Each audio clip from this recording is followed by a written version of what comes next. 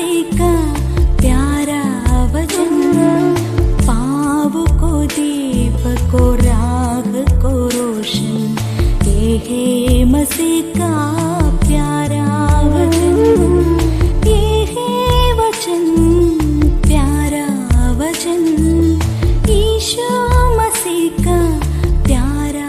परमेश्वर के धन्य नाम की महिमा हो।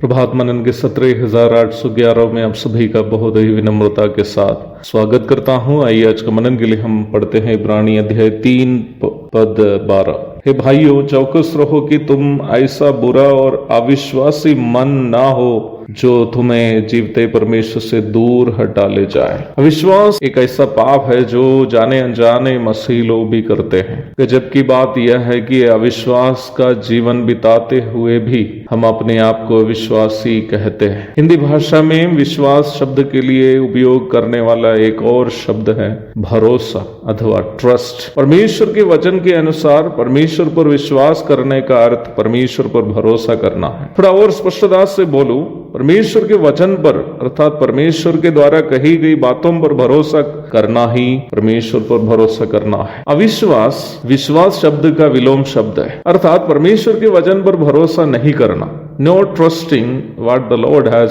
Said is unbelieving. देखा जाए, मनुष्य के द्वारा किया गया पहला पाप भी अविश्वास ही था। आदम और हवा उन बातों पर विश्वास नहीं किया जो परमेश्वर ने उनसे कहा था। इन बातों की चर्चा करते समय अवश्य समझने की एक और बात है। वर्तमान समय के विश्वासी सामना करने वाली एक समस्या है ये अविश्वास। हम इससे डिसेप्शन अथवा धोखा भी कह सकते हैं। वह धोखा अथवा डिसेप्शन यह है कि बहुत से मसीहियों की भी सोच यह है कि परमेश्वर के बारे में उनको जो जानकारी है, नहीं तो बाइबल में जो ज्ञान उनको है, वही विश्वास है। हम जानते हैं कि एक परमेश्वर है और वह त्रिएक परमेश्वर है और उनका पुत्र है यीशु मसीह जो जगत में आया और हमारे पापों के लिए मर के जी उठा और उन पर विश्वास करने से उद्धार मिलेगा और अन्य कई बातें हम वचन से जानते हैं। परंतु अवश्य याद रखें कि हमारा यह ज्ञान या परमेश्वर के बारे में हमारी जो जानकारी है वो विश्वास नहीं है, ना ही हमारी जानकारी इसका प्रमाण है कि हमारे पास विश्वास है। कारण यह है कि विश्वास ज्ञान नहीं है। यद्यपि विश्वास करने के लिए कुछ ज्ञान की आवश्यकता तो है ही, परंतु केवल ज्ञान रखना विश्वास नहीं है।